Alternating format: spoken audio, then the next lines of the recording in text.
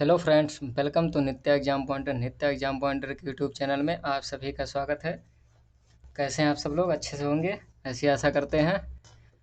आज हम सब पढ़ेंगे पर्यावरण के बारे में, जो टेट और सी टेट मतलब यूपी टेट और सी टेट दोनों के लिए बेहतर होगा।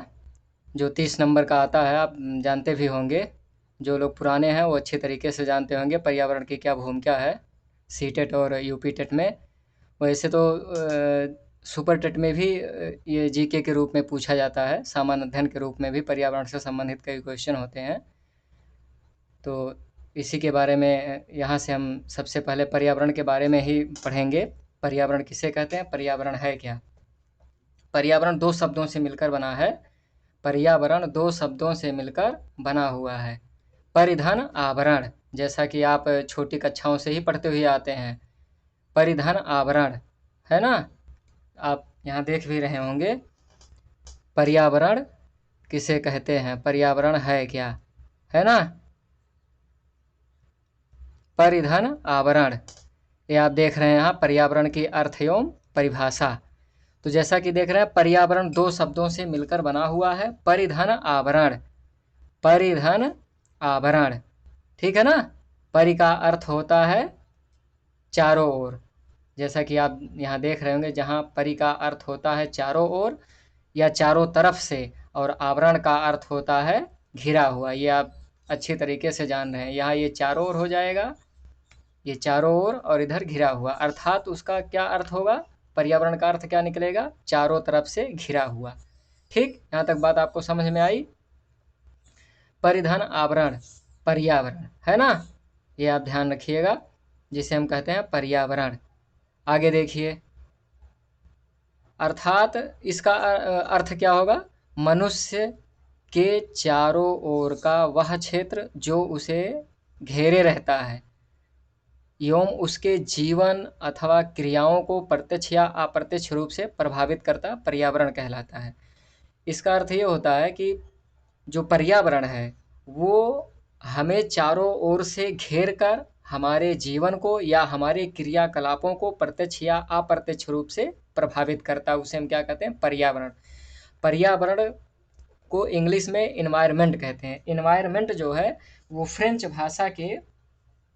भाषा का शब्द है, उसी से लिया गया है ना। फ्रेंच भाषा शब्द है जिसका अर्थ होता है घिरा हुआ या घेरे हुए। The surround, to surround.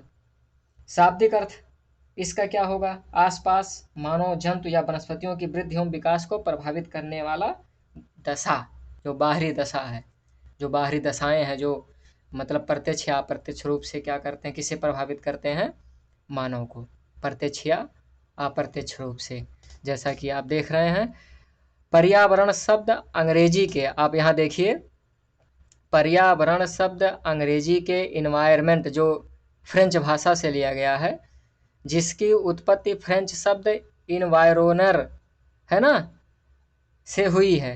किससे हुई है, फ्रेंच भाषा। ये हमेशा ध्यान रखिएगा, ये पूछा गया प्रश्न है, ये पूछा गया प्रश्न है कि पर्यावरण की उत्पत्ति किस भाषा से हुई है, तो उत्तर उसका होगा फ्रेंच भाषा से, जिसका अर्थ क्या होता है, पड़ोस होता है, जिसका अर्थ होता है पड़ोस। इसलिए हम पर्यावरण के लिए आस और पड़ोस, या जिसे हम कहते हैं पास पड़ोस, ये भी ध्यान रखिएगा, शब्द का भी प्रयोग करते हैं। दूसरे शब्दों में हम कह सकते हैं कि हमारे आस और पड़ोस या पास पड़ोस में पाए जाने वाले जो लोग, स्थान, वस्तु या प्रकृति होती है, वो क्या कहलाते हैं, पर्यावरण कहलाते हैं। वो क्या कहलाते हैं, पर्यावरण। आगे देखिए, अब पर्यावरण के घटक कौन कौन से हैं, आप भी ये भी जानते होंगे। पर्यावरण के दो मुख्य घटक होते हैं, एक प्राकृतिक होता है और एक मानव निर्मित होता है ना। दो घटक, दो प्रमुख घटक कौन कौन से हो गए, एक हो गया हमारा प्राकृतिक घटक और दूसरा हमारा हो गया मानव निर्मित घटक। अब इसमें आगे देखिए, इसी में ही लोग मतलब कंफ्यूज हो जाते हैं। जो क्वेश्चन प्रश्न में पूछा जाता है उसमें चार विकल्प होता है, जैसे इसमें दे दिया प्राकृतिक, दे दिया, और एक दे दिया स्थल, दे दिया जल, दे दिया वायु, दे दिया। अब इसमें पूछ लिया कि प्रमुख घटक कौन सा है, तो आप उसमें लगाएंगे प्राकृतिक, या प्राकृतिक के स्थान पर मानव दे दिया तो उसके उसको किस पर लगाएंगे, मानव निर्मित पर। तो पर्यावरण के दो प्रमुख घटक, नंबर 1 प्राकृतिक और नंबर 2 हो गया मानव निर्मित। अब इसमें देखिए प्राकृतिक को भी दो भागों में बांटा गया, ये भी क्वेश्चन है, आप देखिए ये भी बना हुआ क्वेश्चन है कि जो प्राकृतिक घटक है या प्राकृतिक पर्यावरण को कितने भागों में विभाजित किया गया है या कितने वर्गों में रखा गया है या कितने घटक हैं उसके। तो दो घटक हैं, एक होता है जैव, ये भी आप जानते होंगे, एक होता है जैव जिसे हम जैविक कहते हैं, दूसरा होता है आजीवीय या अजैव, है ना, जिसे हम भौतिक भी कहते हैं। ये सब छोटी कक्षाओं से ही लोग पढ़ते हुए आते हैं। अब देखिए इसमें जो जैव घटक है या जीवीय घटक है, इसमें जैसे होते हैं जंतु एवं पादप, समझ गए आप बात हमारी, मतलब जो जीव से संबंधित, सजीव प्राणियों से संबंधित है, जंतु एवं पादप मतलब इसमें मनुष्य भी सम्मिलित है। अब दूसरा देखिए जो आजीवीय या अजैविक या भौतिक घटक है, जिसे हम निर्जीव पदार्थों का संसार के नाम से जानते हैं, इसे हम क्या कहते हैं, अजैव घटक। तो इसमें स्थल है, जल है, वायु है, प्रकाश है, मृदा और ताप है ना, ताप जिसे टेम्परेचर कहते हैं, मिट्टी भी इसी में सम्मिलित है। अब मानव निर्मित में कौन कौन से हैं, ये भी आप ध्यान से देखिए। मानव निर्मित में जैसे उदाहरण के तौर पर हम देखेंगे, इमारत हो गया, उद्योग हो गया, सड़क हो गया, पुल हो गया, पार्क हो गया, संस्कृत हो गया, मतलब जिसका निर्माण मनुष्य ने किया है। ये बात आप समझ रहे हैं अच्छे तरीके से। प्राकृतिक में दो भाग हो गए, एक जैविक जिसे हम जीवीय कहते हैं, दूसरा हो गया अजीवीय जिसे हम अजैविक या भौतिक कहते हैं। ये प्राकृतिक दोनों हैं, प्रकृति द्वारा निर्मित है। जैसे हम यहाँ देखेंगे जंतु, है ना, ये जंतु और पादप जो हैं, ये दोनों इन दोनों का निर्माण कौन करता है, ये करता है प्रकृति, है ना। दोनों का जो निर्माण करती है वो प्रकृति निर्माण करती है, किसका, सजीव का, जिसे हम सजीव प्राणियों का संसार कहते हैं, दूसरा कहते हैं निर्जीव पदार्थों का संसार। तो निर्जीव वाले में आप देखिए जिसे आजीवीय या अजैविक घटक कहते हैं, स्थल, जल, वायु, प्रकाश, मृदा और ताप, ये सब हो गए। मानव निर्मित में जो मानव द्वारा निर्मित है वो हो गए। आगे हम देखेंगे पर्यावरण के क्षेत्र कौन कौन से होते हैं, ये भी पूछा गया प्रश्न है। अब इसमें 4 क्षेत्र हैं, 4 प्रमुख क्षेत्र हैं। आप देखिए इसमें 4 प्रमुख क्षेत्र कौन कौन से हैं भाई, 4 प्रमुख क्षेत्र कौन कौन से हो गए। एक हो गया हमारा स्थल मंडल, दूसरा जल मंडल और तीसरा वायुमंडल और चौथा है हमारा जैव मंडल। इतनी बात आपको समझ में आई। अब इसी में से एक विकल्प हटा देगा, पूछेगा निम्नलिखित में से पर्यावरण का प्रमुख क्षेत्र नहीं है, तो इसमें कोई दूसरा दे देगा, आप उसमें कंफ्यूज रहेंगे। अगर चारों क्षेत्रों का नाम आपको याद रहेगा तो आसानी से कर ले जाएंगे। जैसे स्थल मंडल हो गया, जल मंडल हो गया, वायुमंडल और जैव मंडल, ये हमेशा ध्यान रखिएगा। ये सब छोटी छोटी बातें हैं जो क्वेश्चन मतलब उसका उत्तर आते हुए भी हम क्या हो जाते हैं, कन्फ्यूज हो जाते हैं। अब स्थल मंडल में देखिएगा, स्थल मंडल में क्या है,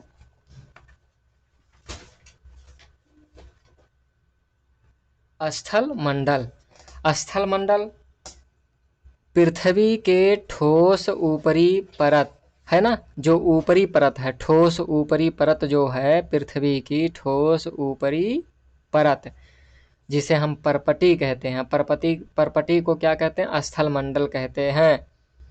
पृथ्वी के ठोस ऊपरी परत या परपटी को क्या कहते हैं, स्थल मंडल कहते हैं। यह है पृथ्वी के लगभग कितने प्रतिशत भाग पर, यह भी पूछा गया प्रश्न है कि पृथ्वी के लगभग कितने प्रतिशत भाग पर स्थल मंडल का विस्तार पाया जाता है, तो आप बताएंगे 29% भाग पर।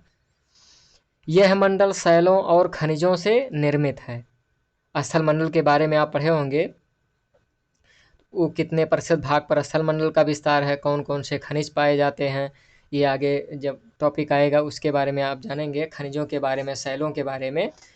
तो इस यहाँ जानिए कि यह स्थल मंडल शैलों और खनिजों से निर्मित है। यह मंडल मृदा की पतली परत से ढका हुआ है, पतली परत से। जो स्थल मंडल है यह क्या है, मृदा की पतली परत से ढका हुआ है। इस मंडल में पर्वत, पठार, मैदान, घाटी आदि पाए जाते हैं। यह ध्यान रखिएगा। किसमें? स्थल मंडल में। स्थल मंडल में पर्वत, पठार, मैदान, घाटी ये सभी पाए जाते हैं। अब इसका महत्व क्या है? स्थल मंडल, यह मंडल खनिजों का प्रमुख क्या है? स्रोत है। यह मंडल हमें वन, है ना, यह मंडल हमें वन, कृषि, रहने के लिए भूमि प्रदान करता है, जिस पर हम क्या करते हैं? कृषि करते हैं, है ना, मकान बनाते हैं, आवास जिसे कहते हैं आवास, वन भी होता है इसी पर। यह मंडल पशुओं को चरने के लिए घास स्थल भी प्रदान करता है। ये इतनी बातें आप समझ गए। इसके आगे आता है आपका जल मंडल। पृथ्वी पर पाए जाने वाले जल के क्षेत्र को क्या कहते हैं? जल मंडल कहते हैं। पृथ्वी का लगभग 2/3 71% भाग जल मंडल से घिरा हुआ है। ये भी पूछा गया प्रश्न है कि कितने तिहाई? 2/3। कितने परसेंट? 71% भाग किससे घिरा हुआ है? जल से। और जबकि 29% भाग, अभी हमने आगे पढ़ा कि 29% भाग पर किसका विस्तार है? स्थल मंडल का। स्थल मंडल का विस्तार है। किस पर? 29% भाग पर स्थल का। जबकि 71% भाग पर किसका विस्तार है? जल मंडल का। सबसे अधिक जल का विस्तार है। दक्षिण गोलार्ध की दृष्टि से अगर देखा जाए तो दक्षिणी गोलार्ध में जल की अधिकता है और उत्तरी गोलार्ध में स्थल की अधिकता है। अब इसमें देखिए, अब उसी में आपने आगे पढ़ा स्थल मंडल में पर्वत, पठार, मैदान, घाटी ये सभी। और जबकि जल मंडल में आप देख रहे हैं, जल मंडल में महासागर, झील, नदियाँ एवं अन्य जलाशय किसके रूप में? जल मंडल के रूप में, है ना, जल के रूप में। किस? महासागर, सागर, झील, नदी ये सभी जल के रूप में या जलाशय के रूप में किसका निर्माण करते हैं? सम्मिलित रूप से किसका निर्माण करते हैं? जल मंडल का। ये भी ध्यान रखिएगा। इन सभी टाइप में जो यहाँ क्वेश्चन दिया गया है, ये इसमें से ऐसे क्वेश्चन देता है कि निम्नलिखित में से कौन सा कथन असत्य है या कौन सा कथन असत्य है। इसमें कंफ्यूजन होता है। जैसे यहाँ आप देख रहे हैं, पृथ्वी पर पाए जाने वाले जल के क्षेत्र को जलमंडल कहते हैं, पहला दे दिया। दूसरा दे दिया कि पृथ्वी के लगभग 2/3 भाग पर जलमंडल का विस्तार है। तीसरा दे दिया महासागर, झील, नदी, अन्य जलाशय सम्मिलित रूप से जलमंडल का निर्माण करते हैं। और चौथा दे दिया कि पर्वत, पठार, मैदान सम्मिलित रूप से जलमंडल के भाग हैं। तो इसमें से निम्नलिखित में से कौन सा क्वेश्चन असत्य हो जाएगा? जो पर्वत, पठार, मैदान जलमंडल के रूप में सम्मिलित हैं, ये गलत हो जाएगा। तो ऐसे ही प्रश्न करके पूछता है जल विभिन्न दशाओं में, है ना, जल विभिन्न दशाओं में, जैसा कि आप देख रहे हैं यहाँ कि जल विभिन्न दशाओं में बर्फ, वाष्प एवं भूमिगत जल के रूप में पाया जाता है। पदार्थों की दृष्टि से देखेंगे तो जल 3 अवस्थाओं में, द्रव, ठोस और गैस में भी। वाष्पीकृत होकर वायुमंडल में वो हो जाता है गैसीय रूप में, और बर्फ के रूप में ऊंचे ऊंचे पर्वतों पर जो बर्फ के रूप में जमा हुआ है वो उसे हम कहते हैं ठोस के रूप में। और जो नदी, सागर, महासागर जल के रूप में है उसे हम कहते हैं द्रव अवस्था, अगर पदार्थों की दृष्टि से देखा जाए तो। जलमंडल का महत्व देखिए, जल सभी जीवों के लिए अति आवश्यक है, क्योंकि जल के बिना कोई भी जीव जीवित नहीं रह सकता है। जल से ही बादलों का निर्माण होता है एवं वर्षा भी होती है। अगर जल ना हो तो वर्षा भी नहीं होगी, बादलों का निर्माण भी नहीं होगा। ये भी आप ध्यान रखिएगा। आगे आता हमारा वायुमंडल। पृथ्वी के चारों ओर मौजूद या उपस्थित, पृथ्वी के चारों ओर, अभी आपने पर्यावरण के बारे में जब पढ़ा तो पर्यावरण के बारे में जब आपने पढ़ा तो पर्यावरण का वो भी चारों ओर से घेरे हुए है ना। किसको घेरे हुए है? परिधान आवरण, मतलब मानव जाति या जो भी वनस्पति हैं चारों ओर से घिरे हुए हैं। और जब पृथ्वी चारों ओर से घिरी हुई है, पृथ्वी चारों ओर से घिरी हुई है, उस आवरण को हम क्या कहते हैं? वायु का जो आवरण है पृथ्वी को चारों ओर से घेरे हुए है उसे हम कहते हैं वायुमंडल। जो वायु का आवरण है, जो पृथ्वी को चारों ओर से घेरे हुए है, उसे हम कहते हैं वायुमंडल। ये वायुमंडल गैसहीन, गंधहीन, रंगहीन, मतलब गैस रंगहीन, गंधहीन, है ना। गैस अनेक प्रकार के गैस भी पाए जाते हैं, लेकिन रंगहीन और गंधहीन होता है। वायुमंडल में कई प्रकार की गैसें पाई जाती हैं, जैसे नाइट्रोजन, ऑक्सीजन, कार्बन डाइऑक्साइड आदि का मिश्रण होता है। सबसे अधिक नाइट्रोजन, नाइट्रोजन की अधिकता होती है वायुमंडल में। किस गैस की अधिकता होती है, कई बार क्वेश्चन पूछा गया है। लगभग कितने प्रतिशत, 78%, है ना। ऑक्सीजन कितने प्रतिशत, ये भी आप ध्यान रखिएगा, 21%। जो सभी जीवधारियों या जीव जंतुओं के लिए ऑक्सीजन बहुत ही महत्वपूर्ण है, जबकि पेड़ पौधों के लिए कार्बन डाइऑक्साइड। कार्बन डाइऑक्साइड की मात्रा आप वायुमंडल में देखेंगे तो कितने % पाई जाती है, 0.03%। ये भी ध्यान रखिएगा। आगे देखिए, इस मंडल में धूल के कण एवं जलवाष्प भी पाए जाते हैं। किसमें, वायुमंडल में। अब वायुमंडल का महत्व क्या है, यह सूर्य की हानिकारक किरणों से हमारी रक्षा करता है। जो अल्ट्रावायलेट किरणें आती हैं, समताप मंडल में पाई जाती है अल्ट्रावायलेट, है ना। ओजोन पर जो जानते हैं, ओजोन मंडल या ओजोन परत जो पाई जाती है, वो किसमें पाई जाती है, समताप मंडल में। ओजोन गैस पाई जाती है, जो सूर्य से आने वाली पराबैंगनी किरणों से हमारी क्या करती है, रक्षा करती है। आगे देखिए, यह मौसम और जलवायु में भी परिवर्तन लाता है। यह किस में परिवर्तन लाता है,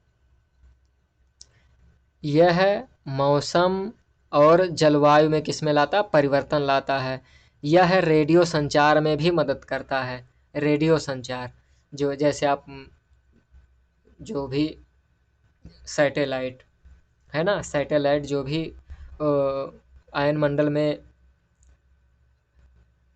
स्थापित किए जाते हैं, वहीं से ही क्या होता है, रेडियो का संचार पृथ्वी से वहाँ, ठीक है ना। जैवमंडल, आगे देखिए, जैवमंडल हमारा आता है, जैवमंडल। जैवमंडल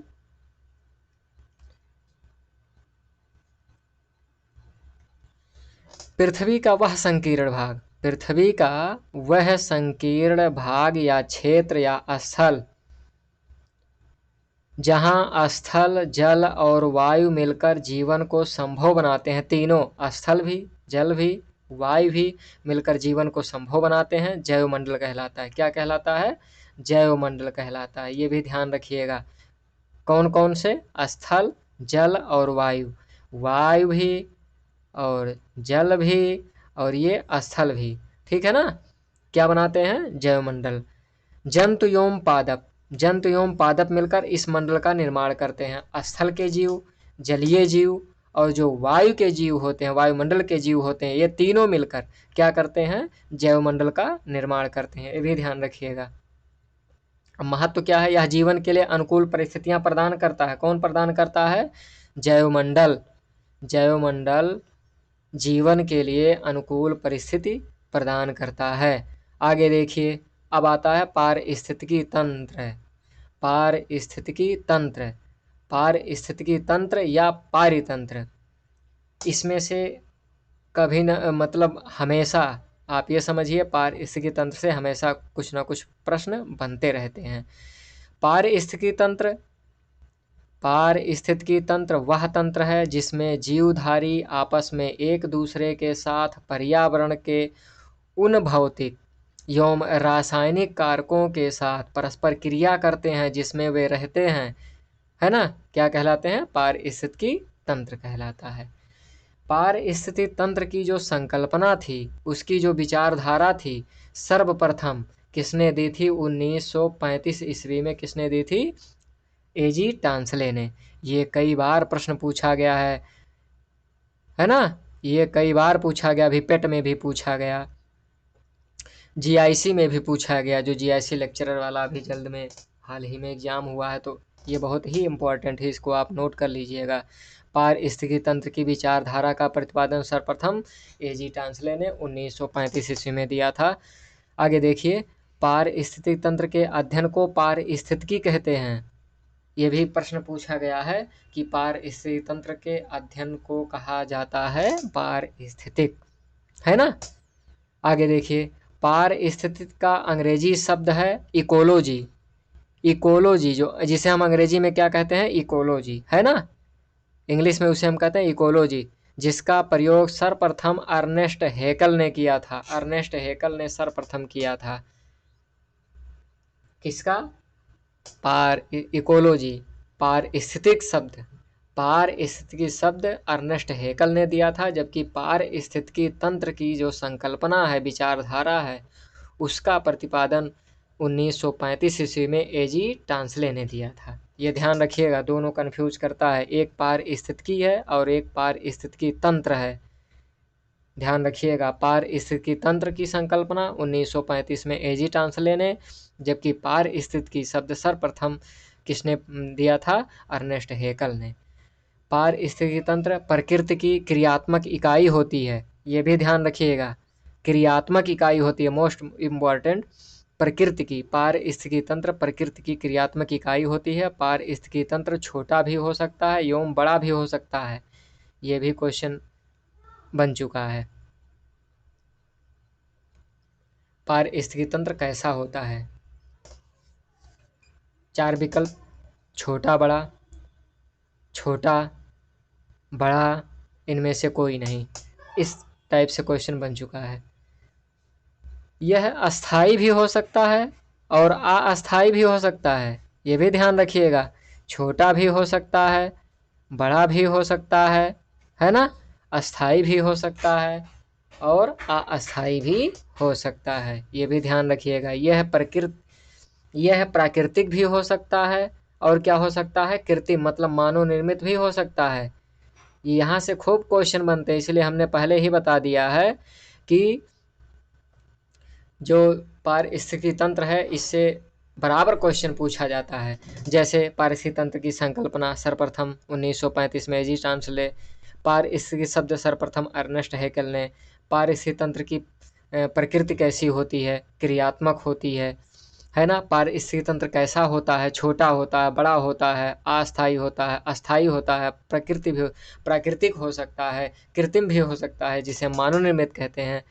यह छोटी छोटी इकाइयों में वर्गीकृत होता है, छोटी छोटी इकाइयों में, जैसे स्वच्छ जलीय पारिस्थितिकी तंत्र, समुद्री पारिस्थितिकी तंत्र, वनीय पारिस्थितिकी तंत्र जो वन में बनता है, वन का जो तंत्र होता है, वन पारिस्थितिकी तंत्र उसे कहते हैं।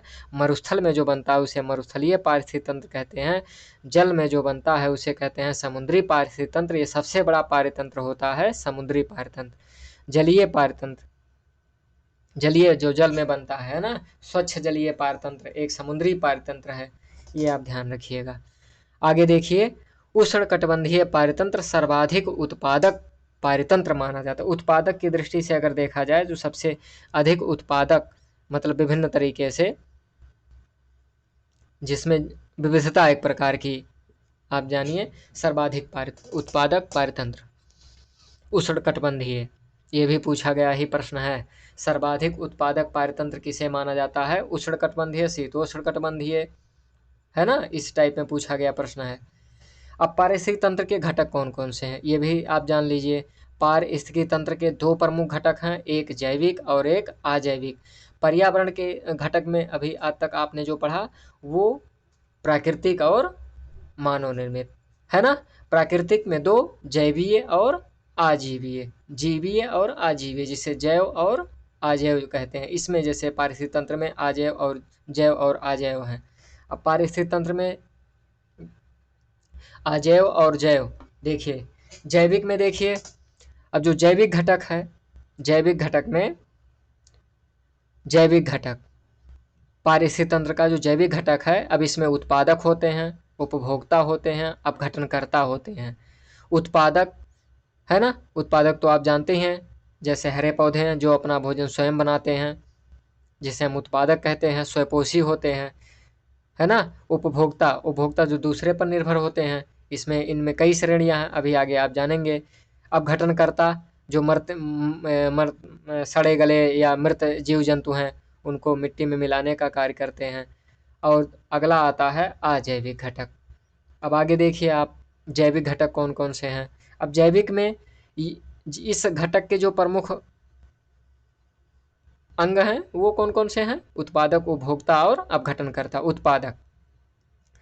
उत्पादक पादप जगत अर्थात पौधे का जो पारतंत्र होता है, पौधों को पारतंत्र का उत्पादक कहा जाता है। पौधों का, है ना, जो पौधे होते हैं उन्हें उत्पादक कहा जाता है, क्योंकि ये पौधे प्रकाश संश्लेषण में अपना भोजन क्या करते हैं? स्वयं बनाते हैं, अपना भोजन स्वयं बनाते हैं। इसीलिए इन्हें क्या कहा जाता है? स्वपोषी कहा जाता है। ये भी ध्यान रखिएगा, स्वपोषी, है ना। इन्हें क्या कहा जाता है? स्वपोषी कहा जाता है, क्योंकि ये अपना भोजन स्वयं बनाते हैं। किसमें? प्रकाश संश्लेषण द्वारा सूर्य के प्रकाश में अपना भोजन स्वयं बनाते हैं। आगे देखिए उपभोक्ता। उपभोक्ता में जो जीव जंतु अपने भोजन का निर्माण स्वयं नहीं करते क्या कहलाते हैं? उपभोक्ता कहलाते हैं। ये दूसरे पर निर्भर होते हैं। जैसे अब इसमें देखिए कौन कौन से उपभोक्ता हैं। प्राथमिक में ये शाकाहारी होते हैं। शाकाहारी का मतलब होता है कि वे जीव जंतु जो अपना भोजन क्या करते हैं? पेड़ पौधों से प्राप्त करते हैं, उन्हें हम शाकाहारी कहते हैं या प्राथमिक उपभोक्ता कहते हैं। जैसे हमारा हो गया टिड्डा, ये हो गया बकरी, हिरन, गाय, खरगोश, भैंस, बैल, ये सभी क्या हैं? प्राथमिक उपभोक्ता हैं, जिन्हें हम शाकाहारी उपभोक्ता भी कहते हैं। ये आप ध्यान रखिएगा। द्वितीयक में ये शाकाहारी होते हैं, द्वितीयक वाले। द्वितीयक उपभोक्ता ये शाकाहारी जीवों को अपना भोजन बनाते हैं, मतलब शाकाहारियों को अपना भोजन बनाते हैं, जिसे हम द्वितीयक उपभोक्ता कहते हैं, है ना। ये क्या होते हैं? मांसाहारी होते हैं। जबकि प्राथमिक उपभोक्ता शाकाहारी होते हैं, द्वितीयक उपभोक्ता मांसाहारी होते हैं। जैसे मेढक छोटे छोटे कीड़े मकोड़ों को, बिल्ली, लोमड़ी, ये सभी क्या हैं? मांसाहारी हैं। द्वितीयक उपभोक्ता जिसे कहते हैं। आगे देखिए तृतीयक उपभोक्ता। तृतीयक उपभोक्ता ये प्राथमिक उपभोक्ता द्वितीयक उपभोक्ता को खाते हैं, या फिर दोनों उपभोक्ताओं को खाते हैं। जैसे शेर हिरन को खाता है, लोमड़ी को भी खाता है, मोर सांप को खाता है। मोर क्या करता है? सांप को खाता है। बाज सांप को खाता है। तो इसका मतलब ये है कि ये प्राथमिक उपभोक्ता या द्वितीय उपभोक्ता को खाते हैं, या फिर दोनों उपभोक्ताओं को, प्राथमिक को भी द्वितीयक को भी। इन्हें क्या कहा गया है? तृतीयक उपभोक्ता। तृतीयक उपभोक्ता कौन कौन से हो गए? शेर, तृतीयक उपभोक्ता में शेर, है ना। ये भी ध्यान रखिएगा, ये भी उपभोक्ता करके पूछता है। शेर, और कौन हो गया? मोर, बाज, ये सभी क्या है? तृतीयक उपभोक्ता। सर्वाहारी देखिए, इसके बाद आता है सर्वाहारी। ये उत्पादकों एवं प्राथमिक उपभोक्ताओं का सेवन करते हैं। जैसे मनुष्य है, बिल्ली है, कौवा है, मोर है, ये सभी क्या हैं? सर्वाहारी हैं। सर्वाहारी का मतलब होता है मांसाहारी भी होते हैं और शाकाहारी भी, दोनों जीवों को अपना भोजन बनाते हैं।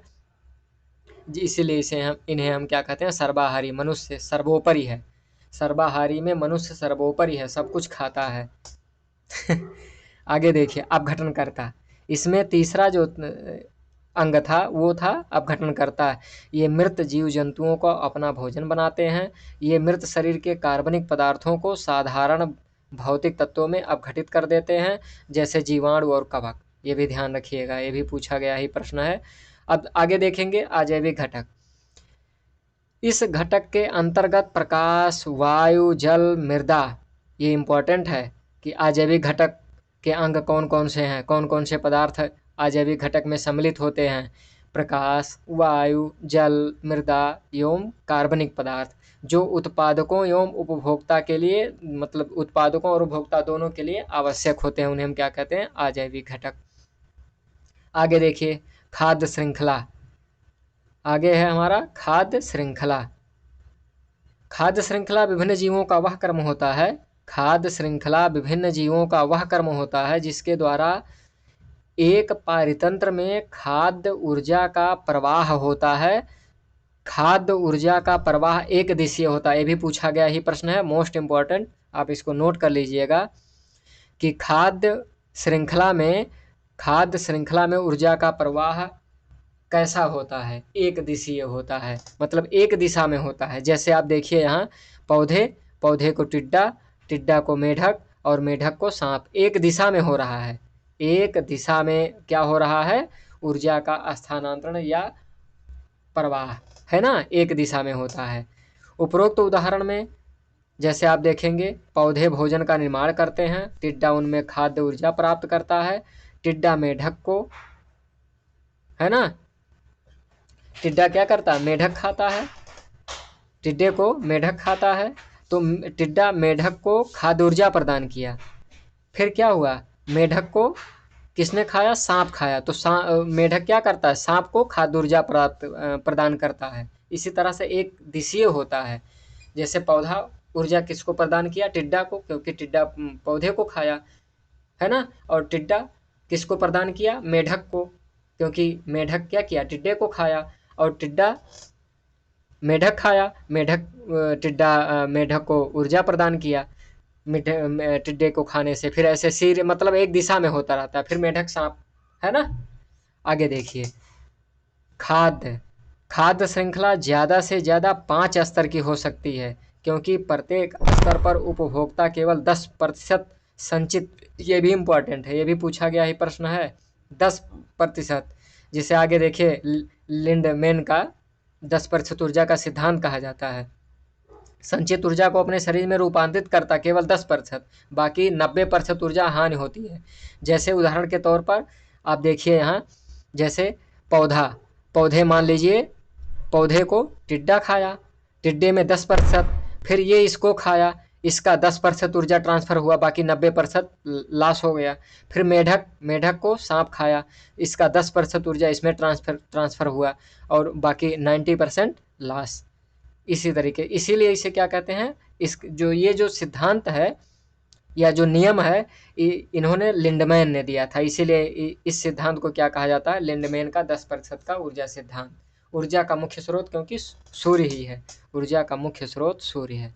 आगे देखिए, जैसे सूर्य से क्या होता है, जो उत्पादक होते हैं, हरे पेड़ पौधे होते हैं, वो अपना सूर्य के प्रकाश से ऊर्जा लेकर क्या करते हैं, प्रकाश संश्लेषण की सहायता से क्या करते हैं, भोजन बनाते हैं।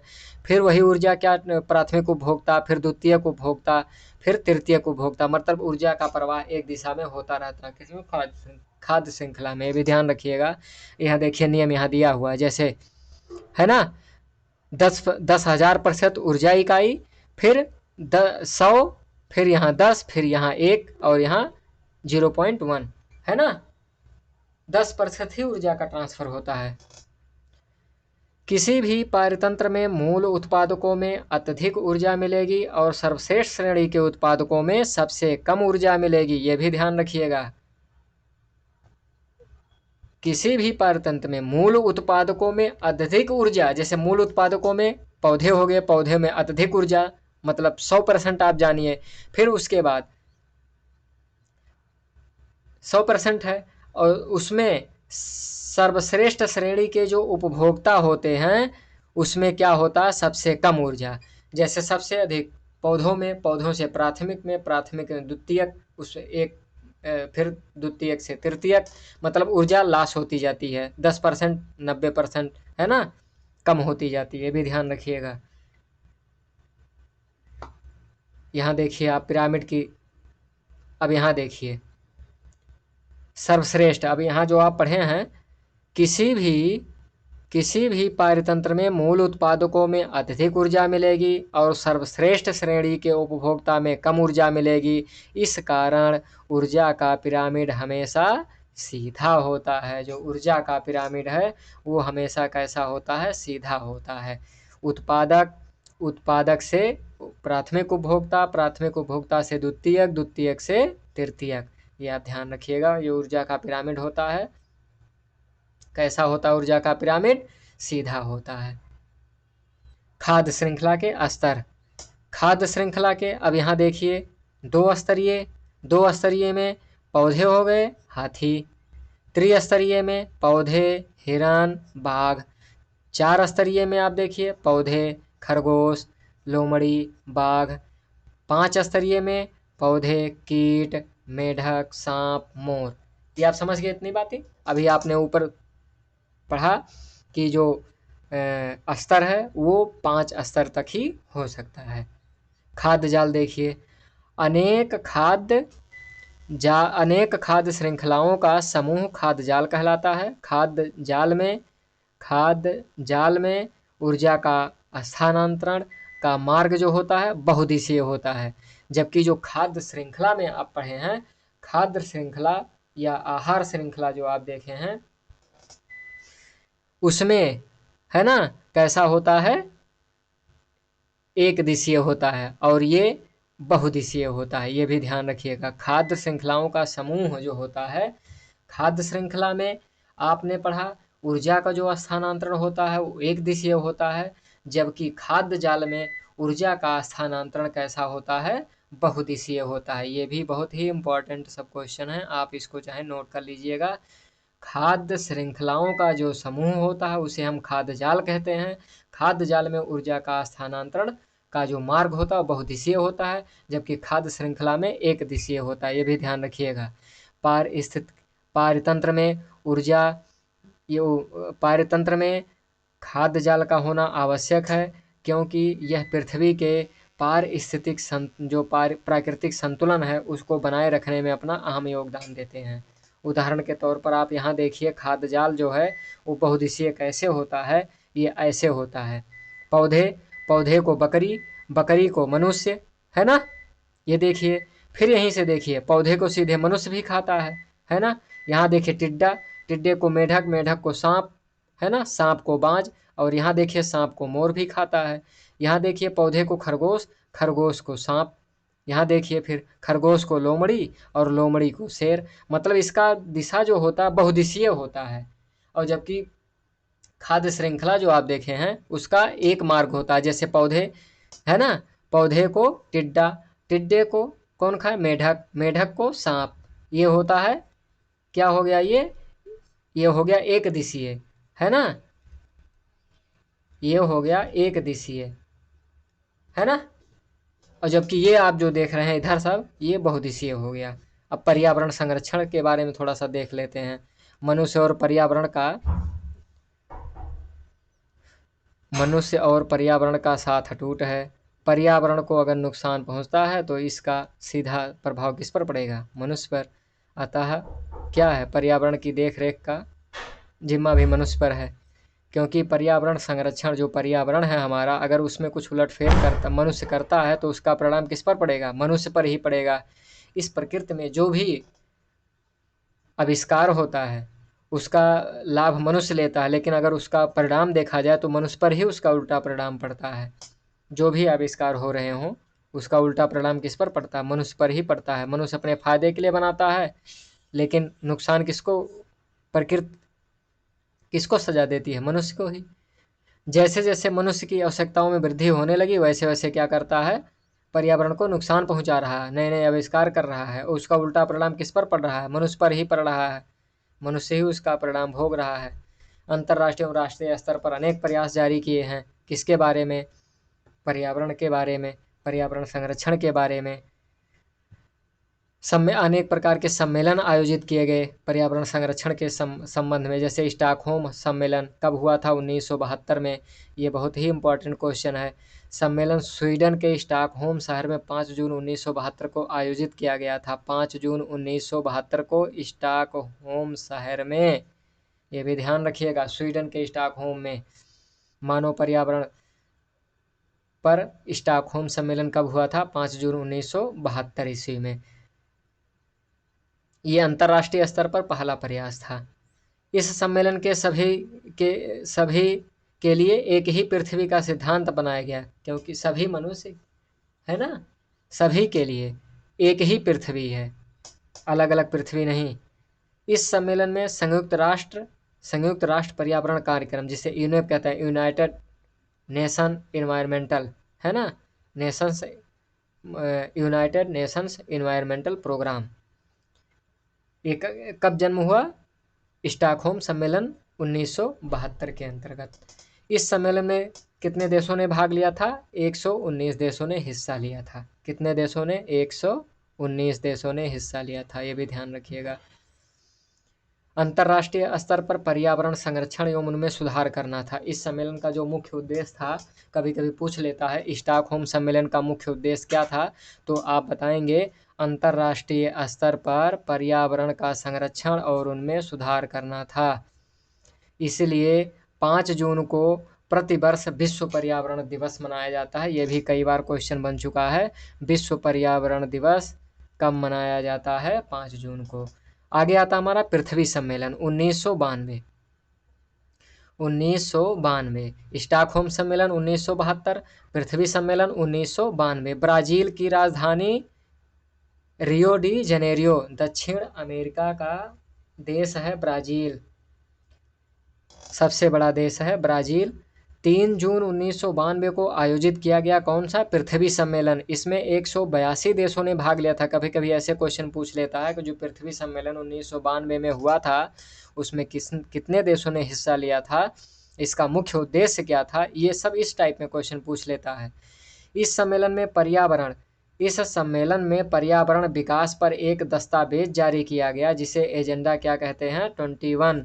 ये भी पूछा गया प्रश्न है और पूछा भी जा सकता है कि एजेंडा 21 किससे संबंधित है, किस सम्मेलन से संबंधित है? 1992 पर्यावरण और विकास पर एक दस्तावेज जारी किया गया जिसे एजेंडा 21 के नाम से जानते हैं।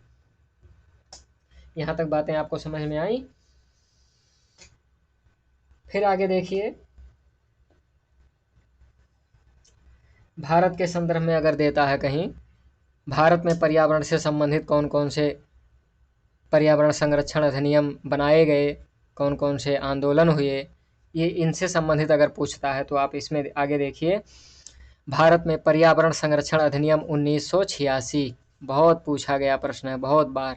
1986 यह अधिनियम 1972 में हुए मानव पर्यावरण पर, है ना। 1972 जो स्टॉकहोम आप पढ़े हैं, संयुक्त राष्ट्र सम्मेलन की घोषणा को लागू करने के लिए पारित किया गया, है ना। यह अधिनियम 19 नवंबर 1986 को लागू किया गया। ये पर्यावरण संरक्षण अधिनियम कब लागू किया गया? 1986 में। पूछा गया है, पूछा भी जा सकता है। इस नियम का जो मुख्य उद्देश्य है, उद्देश्य भी पूछा जाता है, पर्यावरण संरक्षण एवं सुधार के लिए योजना तैयार करना। यहाँ तक बातें समझ में आई? आगे देखिए, पर्यावरण संबंधी जो आंदोलन है, पर्यावरण संबंधी आंदोलन, चिपको आंदोलन, इससे भी प्रश्न बना है। इस आंदोलन के प्रणेता या नेता जिसे कहते हैं सुंदरलाल बहुगुणा जोशी, है ना। इस आंदोलन की शुरुआत उत्तराखंड के गोपेश्वर शहर के रेनी नामक स्थान, है ना। ज़्यादातर यही पूछता है कि चिपको आंदोलन के नेता कौन थे, प्रणेता कौन थे? सुंदरलाल बहुगुणा जोशी। आगे देखिए, इस आंदोलन में महिलाओं, जो महिला थी वो पेड़ों से चिपक कर उनकी क्या करती थी? रक्षा करती थी, पेड़ ना काटने दिया जाए। अगर कोई काटने जाता था तो महिलाएं क्या करती थी? पेड़ों से चिपक जाती थी। आज से लगभग 300 साल पहले राजस्थान के जोधपुर शहर के खेजड़ली, है ना, खेजड़ली नामक स्थान, अजीब नाम है, खेजड़ली नामक गांव खेजड़ी वृक्ष की रक्षा करते हुए अमृता देवी बिश्नोई ने अपनी जान दे दी थी। ये भी बना हुआ प्रश्न है, पूछा गया प्रश्न है कि अमृता देवी बिश्नोई किससे संबंधित हैं? खेजड़ी वृक्षों की रक्षा करते हुए अपनी जान दे दी थी, राजस्थान के जोधपुर शहर। एपिको आंदोलन आप देखिए, अपिको आंदोलन 1993, ये भी पूछा गया प्रश्न है। इस आंदोलन के नेता पांडुरंग हेगड़े। चिपको आंदोलन का ही रूप था जिसकी शुरुआत कर्नाटक में हुई थी। सेम यही आंदोलन चिपको आंदोलन की तरह कहाँ शुरुआत किया गया? कर्नाटक में 1993 ईस्वी में पांडुरंग हेगड़े के द्वारा। नर्मदा आंदोलन 1989 में प्रारंभ किया गया। इस आंदोलन के प्रमुख नेता बाबा आमटे और मेधा पाटेकर इस आंदोलन के प्रमुख नेता या इससे संबंधित हैं। इस आंदोलन की शुरुआत नर्मदा नदी पर बन रहे बांध के विरोध में हुई। जो बांध बन रहा था नर्मदा नदी पर, सरदार सरोवर, उसके विरोध में ही आगे देखिए पर्यावरण संरक्षण संबंधी पुरस्कार, इंदिरा गांधी पर्यावरण पुरस्कार, ये 1987 में इसकी शुरुआत की गई। किसी संगठन या व्यक्ति विशेष को पर्यावरण के क्षेत्र में अतुलनीय योगदान के लिए, ये इस टाइप में प्रश्न पूछा गया है कि इंदिरा गांधी पर्यावरण पुरस्कार किस क्षेत्र में दिया जाता है या किस कार्य के लिए दिया जाता है, तो किसी भी संगठन या किसी व्यक्ति विशेष को पर्यावरण के संरक्षण के क्षेत्र में अतुलनीय योगदान देने के लिए, है ना। आगे देखिए राजीव गांधी पर्यावरण पुरस्कार 1993 में। राजीव गांधी पुरस्कार पर्यावरण पुरस्कार कब प्रारंभ किया गया? 1993 में। आप बताएंगे 1993 में। लेकिन यह किस क्षेत्र में दिया जाता है, क्यों दिया जाता है? कि औद्योगिक संस्थानों और इकाइयों को दिया जाता है। जो औद्योगिक संस्थान हैं, जो पर्यावरण से संबंधित नियम फॉलो कर रहे हैं, उनको दिया जाता है। औद्योगिक संस्थानों एवं इकाइयों को दिया जाता है जो पर्यावरण संबंधी योजनाओं को लागू करते हैं, उन्हें दिया जाता है। आगे देखिए स्मरणीय तथ्य बहुत से हैं इसमें। पृथ्वी दिवस कब मनाया जाता है? यहाँ देखिए पृथ्वी दिवस 22 अप्रैल, ये भी ध्यान रखिएगा, पूछा गया प्रश्न है। जैव विविधता दिवस 22 मई, ये देखिए यहाँ। विश्व पर्यावरण दिवस 5 जून, विश्व प्रकृति दिवस 3 अक्टूबर और विश्व पर्यावरण संरक्षण दिवस 26 नवंबर। ये मोस्ट इम्पॉर्टेंट है। 22 अप्रैल पृथ्वी दिवस, और यहाँ देखिए जैव विविधता दिवस 22 मई, 5 जून विश्व पर्यावरण दिवस, 3 अक्टूबर विश्व प्रकृति दिवस, 26 नवंबर विश्व पर्यावरण संरक्षण दिवस। अब इसमें कुछ ऐसे होते हैं पर्यावरण से संबंधित, क्या पूछ लेता है? सप्ताह पूछ लेता है, जिसमें लोग कंफ्यूज हो जाते हैं। तो इसमें देखिए वन महोत्सव कब मनाया जाता है? जुलाई एवं फरवरी का जो प्रथम सप्ताह होता है, वन महोत्सव मनाया जाता है। जुलाई का प्रथम सप्ताह मतलब 1 से 7 जुलाई, फरवरी का भी वैसे समझ लीजिए 1 से 7 फरवरी। वन्य जीव सप्ताह आप देखिए, वन्य जीव सप्ताह है ना, ये देखिए वन्य जीव सप्ताह 1 से 7 अक्टूबर, ये ध्यान रखिएगा। वन महोत्सव जुलाई और फरवरी का जो प्रथम सप्ताह होता है, और वन्य जीव सप्ताह 1 से 7 अक्टूबर। आगे देखिए राष्ट्रीय पर्यावरण जागरूकता 19 अक्टूबर से 18 नवंबर तक। कब तक चलता है? 19 अक्टूबर से 18 नवंबर तक। विश्व पर्यावरण संरक्षण हेतु कार्य करने वाली संस्था WWF है ना, वर्ल्ड वाइफ है ना, world wild life fund for nature, ये क्या है? WWF क्या काम करती है? विश्व में पर्यावरण संरक्षण हेतु कार्य करने वाली संस्था है। World wild life fund for nature, इतनी बातें आप ध्यान रखिएगा। बहुत से प्रश्न ऐसे बन जाते हैं, जैसे आप अभी आगे ऊपर पढ़े हैं, पर्यावरण संरक्षण अधिनियम कब लागू हुआ? वन्य जीव संरक्षण अधिनियम 1972, ये भी ध्यान रखिएगा।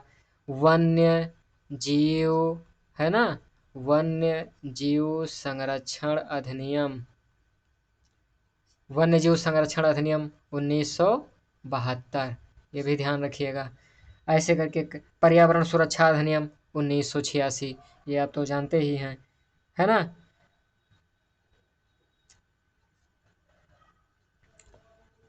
महत्वपूर्ण तिथियां पर्यावरण से संबंधित, जैसे आपने देखा विश्व पर्यावरण दिवस, विश्व पृथ्वी दिवस, जैव विविधता दिवस, है ना, विश्व प्रकृति दिवस, ये बहुत ही इम्पोर्टेंट है। इसको सब आप याद रखे रहिएगा। आप चाहें तो आप नोट भी कर सकते हैं। मिलते हैं फिर अगले वीडियो में अगले टॉपिक के साथ। तब तक के लिए जय हिंद, जय भारत।